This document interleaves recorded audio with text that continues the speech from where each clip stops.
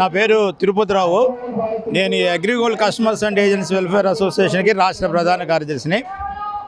దరిదాపుగా ఈ సమస్య మొదలై 11 సంవత్సరాలు పూర్తి 12 సంవత్సరాలు ఉన్నాం.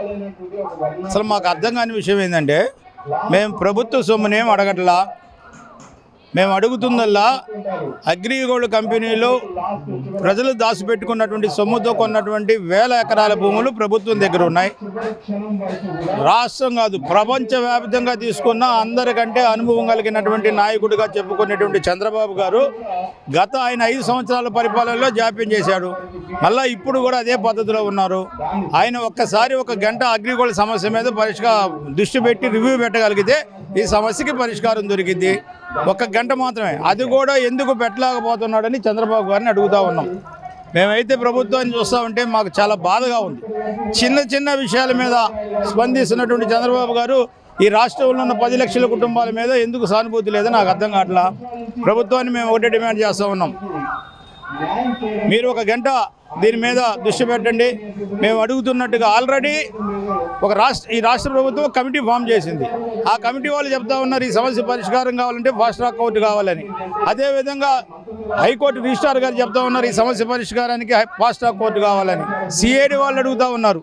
ఇంతమంది చెబుతుంటే ఒక చిన్న సంతకం 2,50,00,000 రూపాయలు ఆ అగ్రిగోల్డ్ ఆశలమ్మిన తర్వాత ఆ డబ్బు కూడా తీసుకునే అవకాశం ఉంది కోర్టు ముందు పెట్టగలిగితే. కేవలం ప్రభుత్వ నిర్లక్ష్యం. ఈ రాష్ట్రంలో ఇంకా ఇప్పుడు అగ్రిగోల్డ్ బాధితులు ఉన్నారంటే అది ప్రభుత్వ నిర్లక్ష్యమే. త్వరలో కాబోయే ముఖ్యమంత్రి అని చెప్పుకుంటున్నా నారా లోకేష్ గారిని కూడా నేను ఒకటి అడుగుతా ఉన్నా, ఎక్కడో సమ్మక్క సారక్క జాతరలో ఒక 10 రూపాయల బన్ను మీద జరిగినటువంటి వివాదంలో ఎక్కడున్నా తెలుగువాడే కాబట్టి నేను కూడా స్పందిస్తానన్న కాబోయే ముఖ్యమంత్రి లోకేష్ గారిని, నీ రాష్ట్రంలో ఉన్న 10 లక్షల అగ్రిగోల్డ్ బాధిత కుటుంబాలు నీ పాదయాత్రలో కూడా, నిన్ను యువగలం యాత్రలో కూడా కలిసాం, న్యాయం చేస్తా అని చెప్పిన విషయాన్ని మర్చిపోతున్నావా? వాళ్ళంటే నీకు లెక్కలేదా? మరి ఎందుకు ఈ నిర్లక్ష్యాన్ని చూపిస్తున్నావు?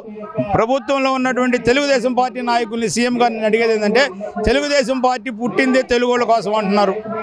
ఈరోజు ఆంధ్రప్రదేశ్లోనే కాదు, మిగిలిన 7 రాష్ట్రాల్లో కూడా అగ్రిగోల్డ్ వల్ల నష్టపోయినటువంటి వాళ్ళు 80% తెలుగోళ్ళే ఉన్నారు. గత ఎలక్షన్లో మనం చూసాం, మిమ్మల్ని అరెస్ట్ చేశారని ఎక్కడెక్కడ ఉన్న తెలుగు వాళ్ళందరూ వచ్చి ఏ విధంగా మిమ్మల్ని గద్దెనెక్కించారో మర్చిపోవద్దు చంద్రబాబు గారు.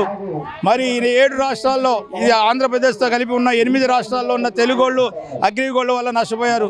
మీరు పెట్టే 1 గంట రివ్యూ ఈ సమస్యకి పరిష్కారం చూపిస్తుంది. ఖచ్చితంగా రివ్యూ పెట్టండి, ఫాస్ట్ ట్రాక్ కోర్టుని ఇవ్వండి, అదేవిధంగా సిఐడికి సిబ్బందిని ఇవ్వండి. ఈ సంవత్సరం ఆఖరి లోపల ఈ సమస్యకి పరిష్కారం చూపించండి. జనాల్ని బాగా అర్థమైంది ఏంటంటే, ఇప్పుడు మనం ఏం చేయలేము ప్రభుత్వాన్ని, ఏ ప్రభుత్వాన్నైనా. రేపు మనకంటూ ఒక సమయం వచ్చింది, ఆ రోజు తేల్చుకుందామనే పద్ధతుల్లో ఈ రాష్ట్రంలో ప్రజలు ఉన్నారు. దానికి ఉదాహరణ నిన్న జరిగినటువంటి ఎలక్షన్లు. 175 వస్తామన్న వ్యక్తికి 11 ఇచ్చారు. మీకు ఆ గతి రాకుండా ఉండాలంటే ఈ ప్రభుత్వం ఈ సమస్య మీద దృష్టి పెట్టాలి. రేపు 4వ తేదీ అసెంబ్లీలోనే మాకు ఫాస్ట్ ట్రాక్ కోర్టుని, సిఐడికి సిబ్బందిని ఇస్తున్నట్టుగా ప్రకటించాలని డిమాండ్ చేస్తా ఉన్నాం.